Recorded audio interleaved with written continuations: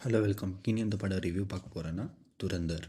இந்த படம் வந்துட்டு ஒரு ஸ்பை த்ரில்லர் மூவி. ஸோ இந்த படத்தில் ஆக்ஷன்ஸ் எல்லாம் நிறைய இருக்கும்.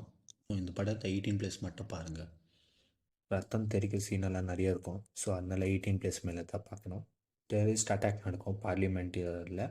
இந்தியன் கவர்மெண்ட் வந்துட்டு ஆப்ரேஷன் துரந்தர்ன்ட்டு முடிவு பண்ணுவாங்க.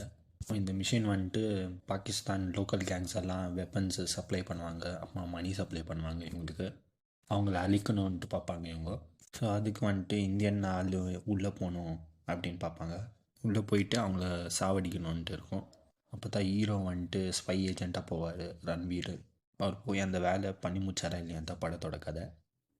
இந்த படத்துக்கு பார்ட் 2 வந்துட்டு லீட் கொடுத்துருக்காங்க. ஸோ பார்ட் 2 வந்துட்டு மார்ச்சில் வந்துடும்.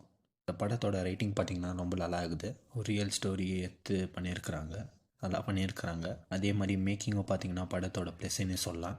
நீட் அண்ட் க்ளீனாக எடுத்து வச்சுருக்காங்க. இன்னொன்று அடிஷ்னலாக இது ரியல் ஃபுட்டேஜ் எல்லாம் ஆட் பண்ணியிருப்பாங்க. ஸோ அதெல்லாம் பார்க்கறதுக்கே நல்லா இருந்துச்சு. அப்புறமா கேஸ்டிங் பார்த்திங்கன்னா இந்த படத்தில் நிறைய பேர் இருக்கிறாங்க. ரன்வீர், அக்ஷய் கண்ணா, சஞ்சய் தத், அர்ஜுன், சாரா, இந்த மாதிரி நிறைய பேர் நல்லா பண்ணியிருக்கிறாங்க. அவங்க குத்த ரோல் ரொம்ப நல்லா பண்ணியிருக்கிறாங்க. எல்லாரும் கேரக்டர் ரொம்ப என்கேஜிங்காக இருந்துச்சு.